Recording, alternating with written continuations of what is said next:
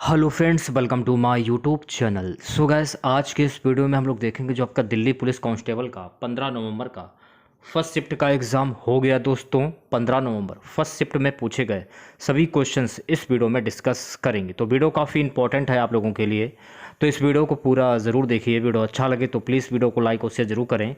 Channel पर पहली बार visit कर रहे हैं तो चैनल को सब्सक्राइब करके नोटिफिकेशन बेल ऑन करना ना भूलें। तो चलिए वीडियो को स्टार्ट करते हैं। जो भी क्वेश्चंस मैं आपको बताऊंगा वो 100% बिल्कुल रियल होंगे। तो देखिए, पहला क्वेश्चंस पूछा गया था, हरित क्रांति के जनक नॉर्मन बोरलॉग किस देश के थे? हरित क्रांति के जनक नॉर्मन बोरलॉग जो है ना, ये अमेरिका से थे। कहां से थे?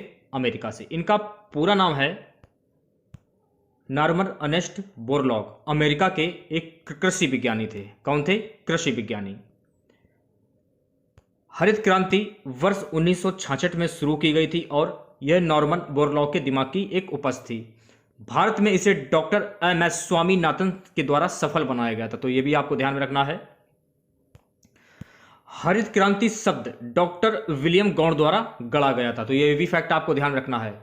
1970 में नॉर्मन ई बोरलॉग को दुनिया से भुखमरी को खत्म करने के लिए जीवन भर के लिए नोबेल शांति पुरस्कार से सम्मानित किया गया था। तो ये सारे फैक्ट आपको ध्यान में रखने हैं। नेक्स्ट क्वेश्चन पूछा गया था, थियोसोफिकल सोसाइटी की स्थापना किस देश से हुई थी? तो थियोसोफिकल सोसाइटी की स्थापना यूएसए में हुई थी वर्ष 1873 में। सन भी याद कर लीजिए। थियोसोफिकल सोसाइटी की स्थापना 1875 में न्यूयॉर्क में मैडम एच.बी. ब्लॉस्की और कर्नल अलकोट ने की थी। थोड़ा सा ये सन गलत हो गया है, इसको सुधार कर लीजिए। 1875 होगा, 73 नहीं होगा। थियोसोफिकल सोसाइटी 1875 में संयुक्त राज्य में एक गठित एक संगठन है, ये आपको ध्यान रखना है। Annie Besant central Hindu college की संस्थापक थी। एनी बेसेंट ने इंडिया होम रूल आंदोलन शुरू किया गया था।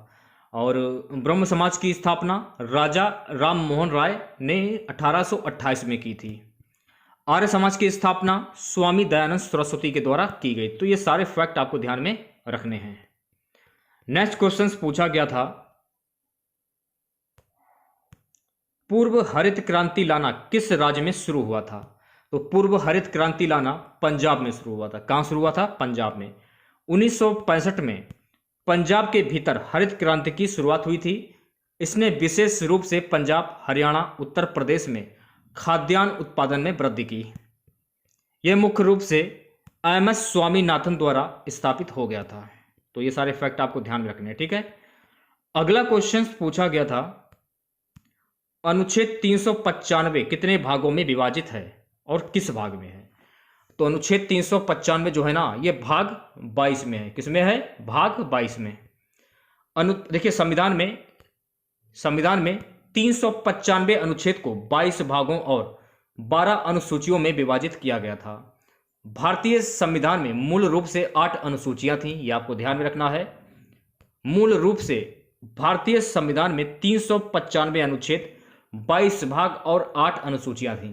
वर्तमान में भारतीय संविधान में 448 अनुच्छेद, 25 भाग और 12 अनुसूचियां हैं। अगस्त 2022 तक भारत के संविधान में 105 संशोधन किए गए थे। 26 जनवरी 1950 को भारत का संविधान लागू हुआ था। तो ये सारे फैक्ट आपको ध्यान में रखने हैं। नेक्स्ट क्वेश्चन पूछा गया था, इस क्वेश्चन में थोड़ा सा डाउट है, ये क्वेश्चन पूछा गया था या नहीं पूछा गया था, ये आपको कमेंट बॉक्स में बताना है कि सिकंदर के बाद किस वंश का उदय हुआ? तो सिकंदर के बाद मौर्य वंश का उदय हुआ था। किस वंश का उदय हुआ था? मौर्य वंश। महत्वपूर्ण फैक्ट जान लीजिए, 322 ईसा पूर्व शताब्दी में सिकंदर की मृत्यु के एक साल बाद मगध के चंद्रगुप्त मौर्य ने भारत में मौर्य समाज की स्थापना की थी। ठीक है, उनकी मृत्यु से चंद्रगुप्त का उदय हुआ था। तो यह भी फैक्ट आपको ध्यान में रखना है। देखिए, अगला क्वेश्चन पूछा गया था, ध्यानपूर्वक देखेगा वीडियो आप लोग। ट्रेन टू पाकिस्तान उपन्यास किसका है? तो देखिए, ट्रेन टू पाकिस्तान जो उपन्यास है ना, ये खुशवंत सिंह का है। किसका है? खुशवंत सिंह। तो खुशवंत सिंह आपका सही आंसर हो जाएगा। ट्रेन टू पाकिस्तान के प्रसिद्ध लेखक खुशवंत सिंह रचित का एक उपन्यास है 1956 में प्रकाशित। इस उपन्यास में 1947 के भारत डिवीजन की त्रासदी को दर्शाया गया। इस उपन्यास पर और इसी नाम से 1988 में एक फिल्म भी बनी थी। ट्रेन टू पाकिस्तान, देखिए खुशवंत सिंह की जो खुशवंत सिंह के जो उपन्यास हैं उसमें से देखिए एक तो हो गया ट्रेन टू पाकिस्तान, और एक है I shall never hear a nightingale, और एक है the protect of the lady, एकत्रित कहानियां, दिल्ली एक उपन्यास। ये उपन्यास जो है ना, ये उपन्यास सारे खुशवंत सिंह के हैं, ये भी आपको ध्यान में रखना है। अगला क्वेश्चन पूछा गया था, मदर टेरेसा ने निर्मल हृदय की स्थापना क्यों की थी? तो मदर टेरेसा ने निर्मल हृदय की स्थापना 1952 में की थी। 1952 में उन्होंने निर्मल हृदय की स्थापना की, एक धर्मशाला जहां गंभीर रूप से बीमार व्यक्ति की गरिमा के साथ मृत्यु हो सकती थी। तो आप इसको निर्मल हृदय भी कह सकते हैं और निर्मल धर्मशाला भी कह सकते हैं, ठीक है। कलकत्ता की धन्य टेरेसा को 1979 में दुनिया में गरीबी और संकट को दूर करने के संघर्ष में किए गए उनके कार्यों के लिए उन्हें नोबेल शांति पुरस्कार मिला था। यह भी आपको ध्यान में रखना है। मदर टेरेसा को उनके मानवीय कार्यों के लिए 25 जनवरी 1980 को भारत के सर्वोच्च नागरिक पुरस्कार भारत रत्न से सम्मानित किया गया था। तो ये सारे फैक्ट आपको ध्यान में रखने हैं। सो अगर नेक्स्ट क्वेश्चन पूछा गया था कि एस अगेंस्ट ऑड्स ये किसकी आत्मकथा है? तो देखिए एस अगेंस्ट ऑड्स जो है ना, ये सानिया मिर्जा की आत्मकथा है। एस अगेंस्ट ऑड्स पुस्तक सानिया मिर्जा की है। उन्होंने अपने करियर में 6 ग्रैंड स्लैम खिताब जीते थे।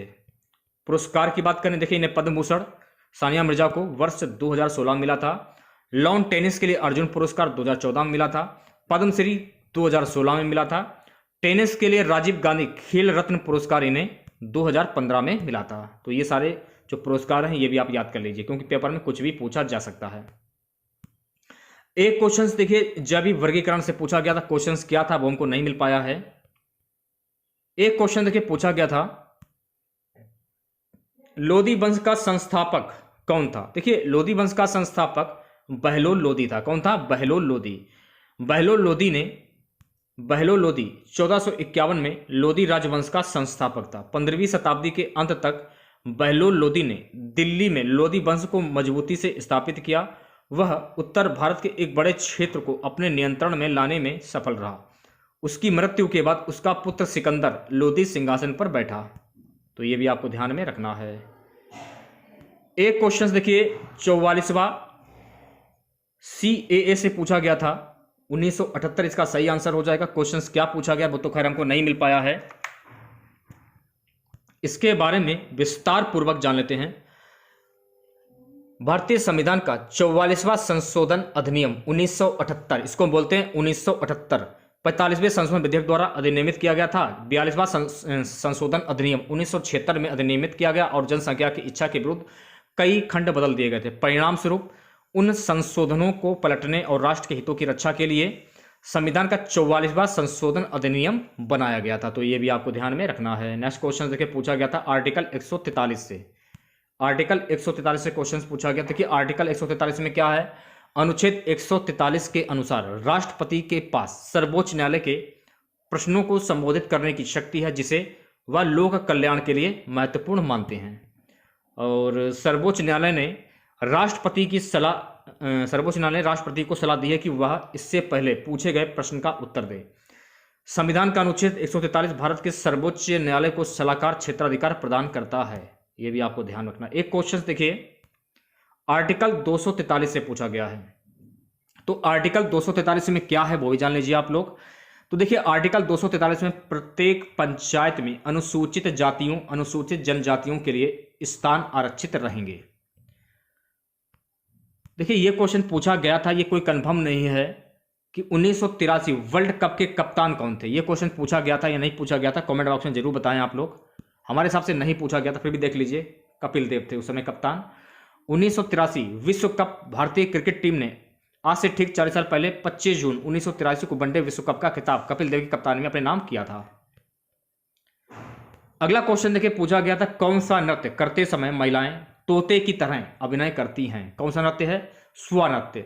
और जो स्वा नृत्य जो है ना, ये छत्तीसगढ़ में कराया जाता है। ये भी आपको ध्यान में रखना है, छत्तीसगढ़ का नृत्य है ये।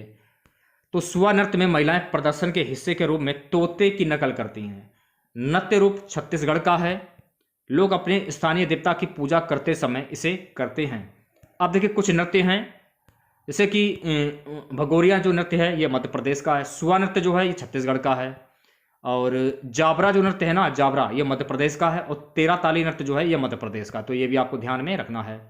देखिए रीजनिंग से डाइस से भी क्वेश्चंस पूछे जा रहे हैं, ये आपको ध्यान में रखना है, ठीक है।